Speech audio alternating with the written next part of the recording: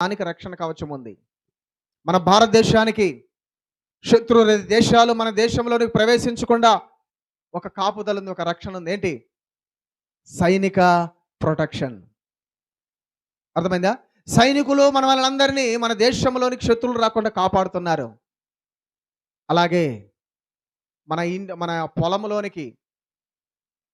పొలంలోనికి గేదెలు కానీ ఇంకెవరన్నా ప్రవేశించకుండా ఏముంటుంది? ఫెన్సింగ్ ఉంటుంది, కంచె ఉంటుంది, కాపుదల. అలాగే మన శరీరానికి ఎండ, వేడిమి, చలి తగలకుండా ఏముంటుంది? వస్త్రము రక్షణగా ఉంటుంది. మన పాదాలు కందకుండా పాదానికి పాదరక్షలు అనగా చెప్పులు తోడుగా ఉంటున్నాయి, అనగా రక్షణగా ఉంటున్నాయి.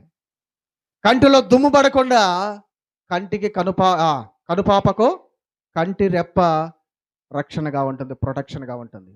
శరీరంలో రకరకాలమైనటువంటి బ్యాక్టీరియాలు, నువ్వు తాగేటువంటి అక్కడ ఇక్కడ చాలాలో తాగేటువంటి ఆ కల్తీ నీళ్ళ వల్ల శరీరంలో బ్యాక్టీరియా ప్రవేశించిన, వైరస్ ప్రవేశించిన వాటిని ఢీకొనడానికి దేవుడు లోపల తెల్ల రక్త కణాలు అనేటువంటి ఒక సైన్యాన్ని పెట్టాడు.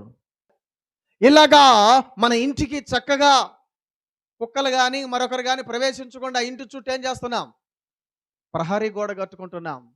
ఇంటిలోనికి మరొకరు ప్రవేశించకుండా రక్షణగా, కాపుదలగా తలుపును బిగించుకుంటున్నాం. అన్నిటికీ రక్షణ ఉంది, కానీ ఆత్మకే లేదు రక్షణ. ఆత్మకు లేదు రక్షణ.